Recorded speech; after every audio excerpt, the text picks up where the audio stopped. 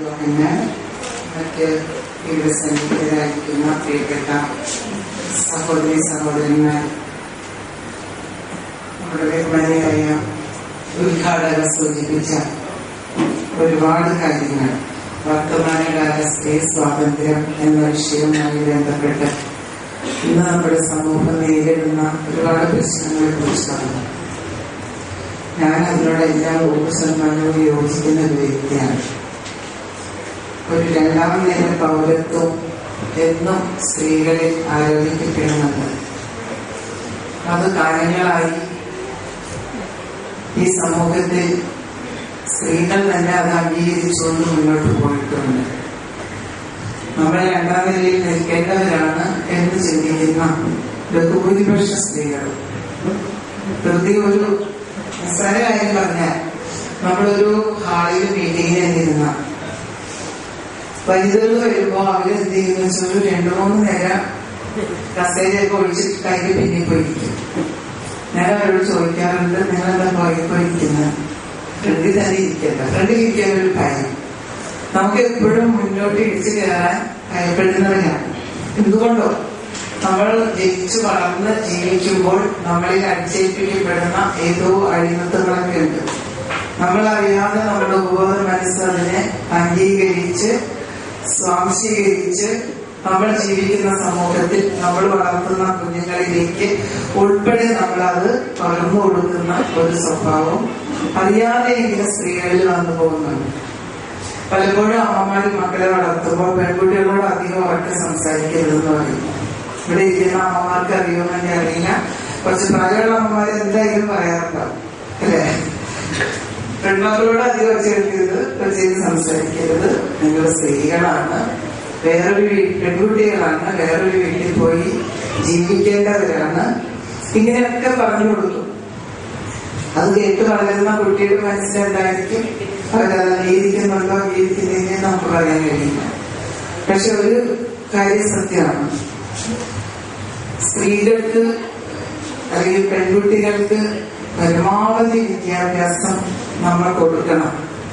ആൺകുട്ടികളെക്കാൾ മുൻഗണന പെൺകുട്ടികൾക്ക് നമ്മൾ അതിന് കൊടുക്കണം. ആൺകുട്ടികൾക്ക് കൊടുക്കരുതെന്നല്ല അതിന്റെ അർത്ഥം. പക്ഷെ അവരെക്കാളും പ്രാധാന്യം പെൺകുട്ടികൾക്ക് നമ്മൾ കൊടുക്കേണ്ടതാണ്. വിദ്യാഭ്യാസം അവരുടെ അകക്കണ്ണ് തുറക്കാനും അവരുടെ ഇച്ഛാശക്തി, ആത്മവീര്യം ഇതെല്ലാം വർദ്ധിപ്പിക്കാനും സാധിക്കും വിദ്യാഭ്യാസം. ക്ലാസ് മുറികളിൽ പാഠങ്ങൾ പഠിച്ചതുകൊണ്ട് നമ്മൾ എന്തെങ്കിലും നേടുമെന്നല്ല ഞാൻ ഉദ്ദേശിക്കുന്നത്. പക്ഷെ ഈ ലോകത്തിലേക്ക് നമ്മുടെ കണ്ണ് തുറക്കണം, നമ്മുടെ പെൺകുട്ടികളുടെ കണ്ണുകൾ തുറക്കണം. നേരത്തെ ശ്രീമതി അജിത പറഞ്ഞൊരു കാര്യം, ഗാർഹിക പീഡന നിരോധന നിയമം പറഞ്ഞിട്ടുണ്ട്. ഞാൻ കുറെ 16 വർഷമായി പൊതുപ്രവർത്തന രംഗത്തുണ്ട്. എനിക്ക് ഒരുപാട് അനുഭവങ്ങളുണ്ട്. അപ്പൊ ആ അനുഭവങ്ങളില് എനിക്ക് ഈ ഗാർഹിക പീഡന നിരോധന നിയമം വന്നപ്പോ ഞാൻ വിചാരിച്ചു, ഇപ്പൊ നമ്മുടെ എല്ലാ സഹോദരിമാരുടെ പ്രശ്നങ്ങൾക്കൊക്കെ പരിഹാരം ഉണ്ടാക്കാം. എല്ലാ ജില്ലകളിലും പ്രൊട്ടക്ഷൻ ഓഫീസേഴ്സ്, ഗാർഹിക പീഡനത്തിന്റെ എല്ലാ കടലാസുകളൊക്കെ ഇപ്പോഴും ഉണ്ട്. ദൂരം കാര്യങ്ങളായി പറഞ്ഞിരിക്കുന്ന ഭർത്താവ് അനാവശ്യമായിട്ടൊരു വാക്ക് പറഞ്ഞാൽ, നമ്മൾ അംഗീകരിക്കുന്ന വാക്കുകൾ പോലും അതിൽ പറയുന്ന അനുസരിച്ച് പറയാൻ പാടില്ല. അങ്ങനെ പറഞ്ഞാൽ പോലും ശിക്ഷിക്കപ്പെടും. ഭർത്താവ് മാത്രമല്ല, പുരുഷൻ സ്ത്രീയെ നോക്കി അനാവശ്യമായ ഒരു വാക്ക്, അനാവശ്യമായ ഒരു നോട്ടം, ആംഗ്യം, ഇതിനെല്ലാം കടുത്ത ശിക്ഷകളാണ്. പക്ഷെ ആരാണ് ഇതിനൊക്കെ സംരക്ഷണം തരുന്നത്? ഒരു കാര്യമില്ല. എന്റെ അടുത്ത് ഒരുപാട് പേര് പല വിഷമങ്ങളും പറഞ്ഞു വന്നപ്പോ ഞാൻ വിചാരിച്ചു, ഇതിന്റെ അടിസ്ഥാനത്തിൽ നമുക്ക് അവർക്ക് സഹായം ചെയ്ത് കൊടുക്കാൻ പറ്റുമെന്ന് വിചാരിച്ചു. അപ്പൊ ഞാൻ ഈ പ്രൊട്ടക്ഷൻ ഓഫീസേഴ്സിനെ കണ്ടുപിടിച്ചു.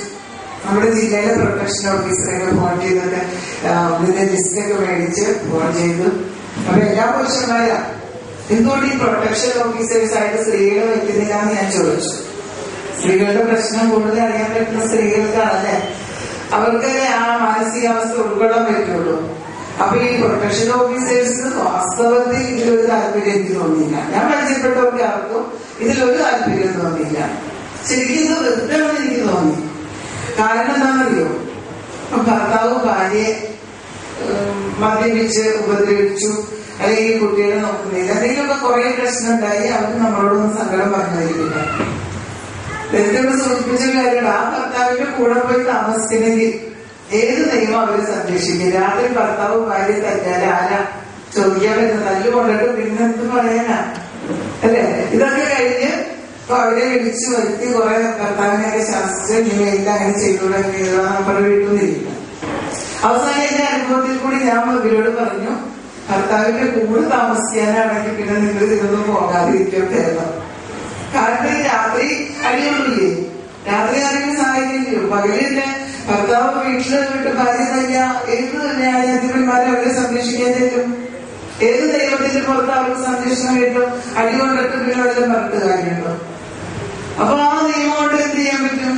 ഒരുമിച്ച് ജീവിക്കണമെങ്കിൽ പിന്നെ ഈ ഒരു സംരക്ഷണം കൊണ്ട് കാര്യമില്ലാത്ത അവസ്ഥ. നേരെ മറിച്ച് വേർപിരിയാനാണ് തീരുമാനം. വളരെ ദ്രോഹങ്ങൾ അനുഭവിക്കേണ്ടി വരുന്നു, എന്നാൽ വേർപിരിഞ്ഞ് പോകാൻ സമ്മതിക്കുന്നുമില്ല. അല്ലെങ്കിൽ കുട്ടികൾക്ക് ആവശ്യമായ സംരക്ഷണം, സാമ്പത്തിക സംരക്ഷണം വേണം, വീട്, അങ്ങനെയൊക്കെയുള്ള കാര്യങ്ങളുണ്ട്. ഒരിക്കലും ഒരു വീട് ഇതുപോലെ തന്നെ ഇങ്ങനെ ഗാർഹികപ്പെടുന്ന നിരോധന നിയമത്തിന്റെ അടിസ്ഥാനത്തിൽ ആ വീട് ആ സ്ത്രീക്ക് വിട്ടുകൊടുക്കാൻ കോടതി കൽപ്പിച്ചു, നിയമം അങ്ങനെ ആവശ്യപ്പെട്ടു എന്ന് ഞാൻ വായിച്ചിട്ടുണ്ട്. അങ്ങനെയാണെങ്കിൽ കുഴപ്പമില്ല. അത് ഒരുമിച്ച് ജീവിക്കാനാണെങ്കിൽ ഈ നിയമത്തിന്റെ അടിസ്ഥാനത്തിൽ എല്ലാ കാര്യങ്ങളും ഒരുമിച്ച് ജീവിക്കാൻ പറ്റും. ഇതൊക്കെ കഴിഞ്ഞിട്ട് ഇപ്പൊ കോടതി പോലീസ് സ്റ്റേഷനിൽ ചെന്ന് ഭർത്താവിനെതിരെ പരാതി കൊടുത്തിട്ട് മദ്യപിച്ചു, മയക്കുമരുന്ന് കഴിച്ചു, ഉപദ്രവിച്ചു, ഇതെല്ലാം കഴിഞ്ഞ് ഭാര്യ ചെന്ന് പരാതി കൊടുത്തു. സാമൂഹ്യ പ്രവർത്തകരൊക്കെ കൂടി ഞങ്ങളെ പോലുള്ളവരൊക്കെ അവരെ സഹായിക്കാന്നൊക്കെ പറഞ്ഞു. രാത്രി അവർക്ക് കാവലിരിക്കാൻ പറ്റുമോ? നമ്മളിതൊക്കെ പറഞ്ഞ് അവരൊരു വീട്ടിലായിട്ട് നമ്മൾ തിരിച്ചു പോയി. പിന്നെ അവിടേക്ക് വന്നാലും പിറ്റേ ദിവസം നമ്മൾ അറിയുള്ളൂ. അപ്പൊ അതാണ് സ്ത്രീക്ക് ഇപ്പോഴും സുരക്ഷിതത്വം ഇല്ല. നേരത്തെ സൗമ്യയുടെ കാര്യം പറഞ്ഞു. അങ്ങനെ ഒരുപാട് പെൺകുട്ടികളുടെ അനുഭവങ്ങൾ നമ്മളുടെ ഉറക്കം കരുതിയ രാത്രികൾ ഇഷ്ടം പോലെയുണ്ട്. ഇപ്പോഴും സൗമ്യമായിട്ട് ഉറക്കുമ്പോൾ എനിക്ക് അറിയാതെ കണ്ണീര് വരും. നമ്മൾ ആ കുഞ്ഞിനെ, ആ കുട്ടിയുടെ ആ അവസ്ഥയും ഒരമ്മയുടെ മനസ്സിന്റെ വേദന എന്താന്ന് പെൺകുട്ടികളുള്ള അമ്മമാർക്കൊക്കെ മനസ്സിലാവും അല്ലെ? നമ്മൾ നമ്മുടെ കുട്ടികളെ വിദ്യാഭ്യാസത്തിന് വേണ്ടി, ജോലിക്ക് വേണ്ടിയൊക്കെ പുറത്തേക്ക് വിടുമ്പോൾ ഒരമ്മയുടെ മനസ്സിന്റെ ആദ്യം എന്താണ്? ആ കുട്ടി, എന്റെ മോള് മംഗലാപുരത്ത് പഠിക്കാണ്, അപ്പൊ ഈ സംഭവം കഴിഞ്ഞ് പിന്നെ അവൾ ഇടയ്ക്കിടയ്ക്ക് വന്നിരുന്നതൊക്കെ വരണ്ടാന്ന് പറഞ്ഞേക്കാം. നമുക്ക് അതിനൊരു ഭയം. പുള്ളിക്ക് ട്രെയിനൊക്കെ കയറി ഒറ്റയ്ക്കൊക്കെ വരുന്നത്, എപ്പോഴും നമുക്ക് പോയി അവരെ കൂട്ടിക്കൊണ്ടുവരാൻ പറ്റില്ല. അപ്പോൾ അമ്മമാർക്ക് പെൺകുട്ടികളെ പുറത്തേക്ക് വിട്ടാൽ അവർ തിരിച്ചെത്തുന്നത് വരെ ഉള്ളിൽ സമാധാനത്തോടുകൂടി ഇരിക്കാൻ പറ്റാത്ത സാമൂഹ്യ അന്തരീക്ഷത്തിലാണ് സത്യത്തിൽ നമ്മളൊക്കെ ജീവിക്കുന്നത്. നമ്മൾ എന്തെല്ലാം പുരോഗമനം പറഞ്ഞാലും നമ്മുടെ മനസ്സെല്ലാം ആശങ്കകളാണ്. എന്റെ മുന്നിൽ ഇരിക്കുന്നത് കൂടുതലും വനിതകളാണ്, അമ്മമാരാണ്, പെൺകുട്ടികളുണ്ട്. അപ്പൊ നമ്മുടെ മനസ്സ് എപ്പോഴും ഒരു അരക്ഷിത ബോധത്തിലാണ്. നേരത്തെ പറഞ്ഞു, ഒരു തദ്ദേശ സ്വയംഭരണ സ്ഥാപനങ്ങൾക്ക് അപ്പുറത്തേക്ക് ഒരു സ്ത്രീകളെയും ഒരു രാഷ്ട്രീയ പാർട്ടിയും നിയമനിർമ്മാണ സഭകളിൽ സ്ത്രീകൾക്ക് പ്രാതിനിധ്യം കൊടുക്കില്ല. വനിതാ സംവരണ ബില്ല് പാസ്സാക്കും എന്ന് ഞാൻ പ്രതീക്ഷിക്കുന്നേയില്ല. അതൊരു വെറുതെ ഒരു പ്രഹസനം പോലെ ബില്ല് അവതരിപ്പിക്കുക ഏത് രാഷ്ട്രീയ പാർട്ടി വന്നാലും. ഇന്ന് നമ്മുടെ വളരെ പ്രിയങ്കരനായ, എന്റെയൊക്കെ മനസ്സിൽ വെച്ച് ഞാൻ ആരാധിക്കുന്ന ഒരു രാഷ്ട്രീയ നേതാവ്, നമ്മുടെ മുൻ പ്രധാനമന്ത്രി രാജീവ് ഗാന്ധിയുടെ 21ാമത്തെ രക്തസാക്ഷിത്വ ദിനമാണ്. രാജീവ് ഗാന്ധി ഒരുപാട് പണിയെടുത്തിട്ടാണ് ഈ പഞ്ചായത്തി രാജ് നിയമം പാസ്സായി വന്നത്. അദ്ദേഹത്തിന് മരിക്കുന്നതിന് മുമ്പ് അത് കാണാൻ യോഗം ഉണ്ടായില്ല. പക്ഷെ ഇന്ന് തദ്ദേശ സ്വയംഭരണ സ്ഥാപനങ്ങളിലെങ്കിലും സമൂഹത്തിലേക്ക്, രാഷ്ട്രീയ സാമൂഹിക രംഗത്തേക്ക് വനിതകൾക്ക് കടന്നു വരാനൊരു അവസരം അത്രയെങ്കിലും കിട്ടിയത്, അതിന്റെ ഒരു പ്രതിഫലനം നമ്മുടെ സമൂഹത്തിലുണ്ട്. പക്ഷെ നിയമനിർമ്മാണ സഭകളിൽ സ്ത്രീകൾക്ക് കൂടുതൽ പ്രാതിനിധ്യം ലഭിക്കണം. ഒരിക്കൽ മനോരമ പത്രത്തിലെ ഒരു ചർച്ച വെച്ചപ്പോൾ ഇതുപോലൊരു ഭയങ്കരമായ ദാരുണമായ സ്ത്രീപീഡനത്തെ കുറിച്ചുള്ള ഒരു ചർച്ചയിൽ ഞാൻ എന്റെ ഒരു അഭിപ്രായം എഴുതി അയച്ചു. അതായത് ശരിക്കും അങ്ങനെ ചെയ്യുന്നവർക്ക് വധശിക്ഷയാണ് കൊടുക്കേണ്ടത്. എന്ന് ഞാൻ പറഞ്ഞപ്പോ കുറെ പേര് എനിക്ക് തിരിച്ചു കത്തെഴുതിയിരുന്നു. നിങ്ങളുടെ മകനാണ് അങ്ങനെയാണെങ്കിൽ നിങ്ങൾ അങ്ങനെ പറയുമെന്ന് ചോദിച്ചത്. എന്റെ മകനാണെങ്കിൽ ഞാൻ അങ്ങനെ പറയണം.